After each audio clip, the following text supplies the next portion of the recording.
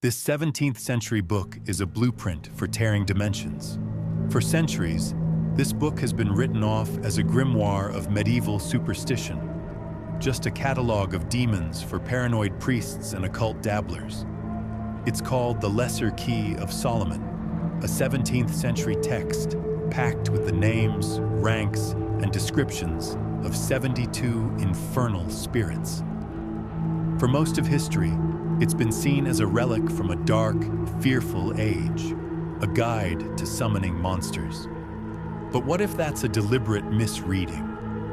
What if hidden inside these so-called demonic rituals aren't spells, but precise technical instructions? Some researchers are now looking at these ancient rites and seeing shocking parallels to the frontiers of modern physics. It makes you wonder. The horrifying question isn't whether you can tear a hole in reality, it's whether someone already has. Section 1. Deconstructing the Grimoire. To really get this theory, you first have to understand the book itself. The Lesser Key of Solomon, or Lemegeton Clavicula Salomonis, is supposedly a compilation of much older magical texts. Legend attributes it to the biblical King Solomon, who was said to have a magic ring from God that let him command spirits and bind them to his will. The first and most famous part, the Ars Goetia, is basically a field manual. It meticulously lists 72 powerful spirits, complete with their titles, kings, dukes, marquises, what they look like, what they can do, and the specific symbols or sigils used to call them. Now this is where the conventional story ends, and our investigation begins. What if we stop seeing these spirits as demons, and instead look at them as forces or functions? The first spirit, King Baal, is said to grant the power of invisibility. But what if invisibility is just an old-fashioned term for something like veil piercing? The ninth spirit, King Paimon, can supposedly reveal knowledge of all arts and sciences. The 26th Duke Bune can move the dead and gather spirits. When you look at it that way, these powers start to sound less like medieval magic and more like engineering specs. Agares, the second spirit, can cause earthquakes, or put another way, create physical rifts in the local environment. Visago, the third, can declare things past and future, which implies access to information outside of linear time.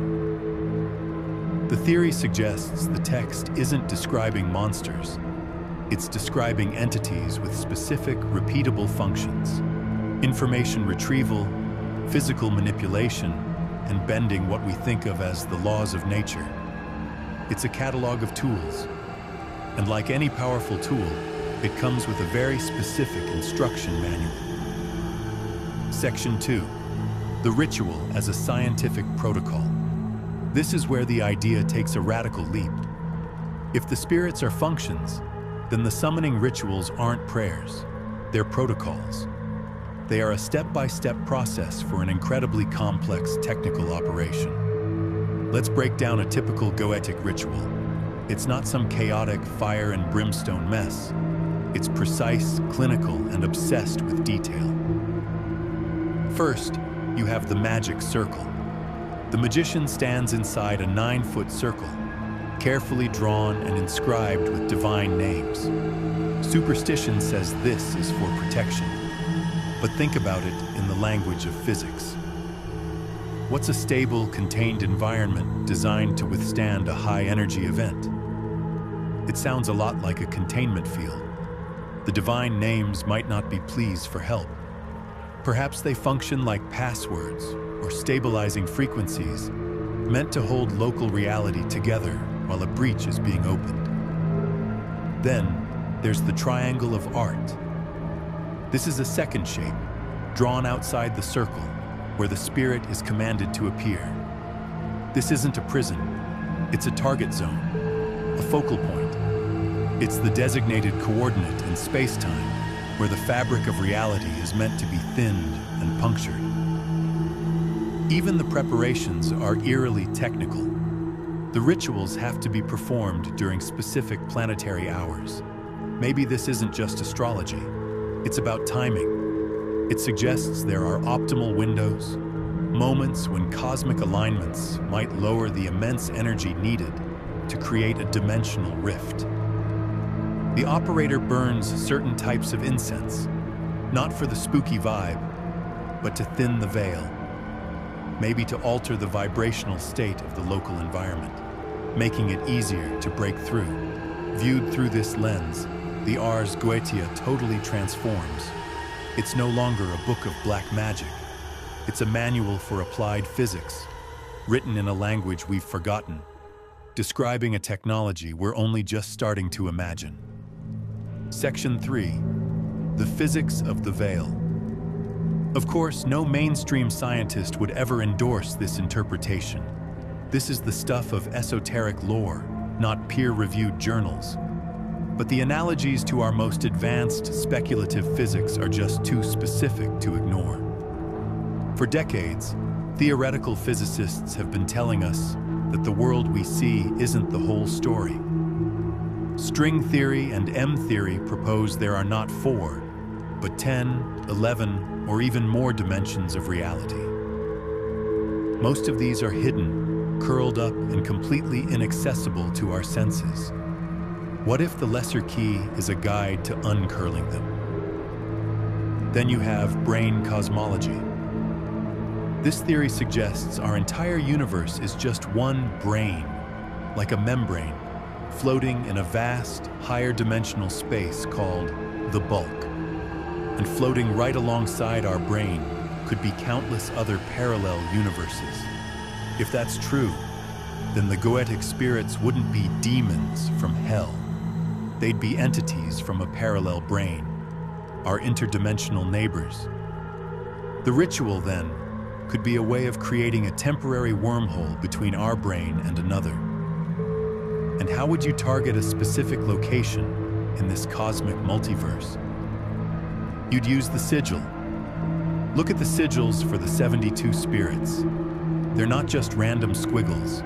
They are complex geometric patterns. In this theoretical framework, a sigil isn't just a symbol. It's a vibrational key, a cosmic phone number, an IP address, a precise, unique frequency you need to target, resonate with, and call a specific entity from its home dimension into your triangle of art. The incantations are the activation command. The circle is the firewall. The sigil is the address. It's a communications protocol for contacting other universes. Section 4. The horrifying possibility. If these parallels are more than just a coincidence, the implications are staggering and terrifying. In quantum physics, there's a concept known as the totalitarian principle, famously summarized as, everything not forbidden is compulsory. Now, applying that principle here is a huge speculative leap, but if you do, it suggests that if something is physically possible under the laws of nature, then it must happen eventually. If it's possible to create a tear between dimensions, it's not a question of if, but how often it's already happened. The Lesser Key of Solomon is obsessed with more than just summoning. It's obsessed with control. It gives very clear instructions on how to dismiss the spirit, the license to depart, and warns of terrible consequences if the operator makes a mistake. If that protective circle is broken, the text implies the entity is no longer bound to the triangle. It's free. So what does a breach look like? What happens when an amateur gets the protocol wrong? For centuries, we've dismissed tales of ghosts, poltergeists, and shadowy figures as folklore. We explain away electronic voice phenomena as stray radio signals and blame tech glitches on bad code. But what if we've been looking at the evidence all wrong? What if these aren't just isolated incidents, but symptoms of a bigger problem? What if every occult dabbler who got a ritual almost right left a small, unseen tear in the fabric of reality. Tiny, unstable wormholes bleeding chaos into our world. Are strange atmospheric phenomena and that unsettling feeling of being watched just in our heads?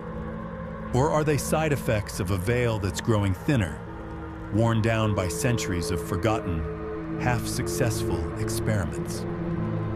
Conclusion. We started with a 17th century book of demons, a relic of a superstitious past. But by looking at it through this strange new lens, we've stumbled upon a chilling possibility that our ancestors weren't mapping a spiritual hell, but the physical multiverse. That their rituals weren't spells, but a form of science. A very dangerous science. The Lesser Key of Solomon might not be a book about good versus evil. It might be a book of engineering. And it comes with a stark warning we've ignored for 400 years. When you open a door to another world, you better know how to close it. The real question isn't whether these entities are real. The question is, have we already let them in? What do you think? Is this just a wild theory? A fun way to misread mythology? Or are we on the verge of rediscovering a lost science that could rewrite reality itself? Let me know your thoughts in the comments. And if you want to explore more mysteries where history and forbidden knowledge collide, be sure to subscribe and hit that notification bell. You won't want to miss what we're looking into next.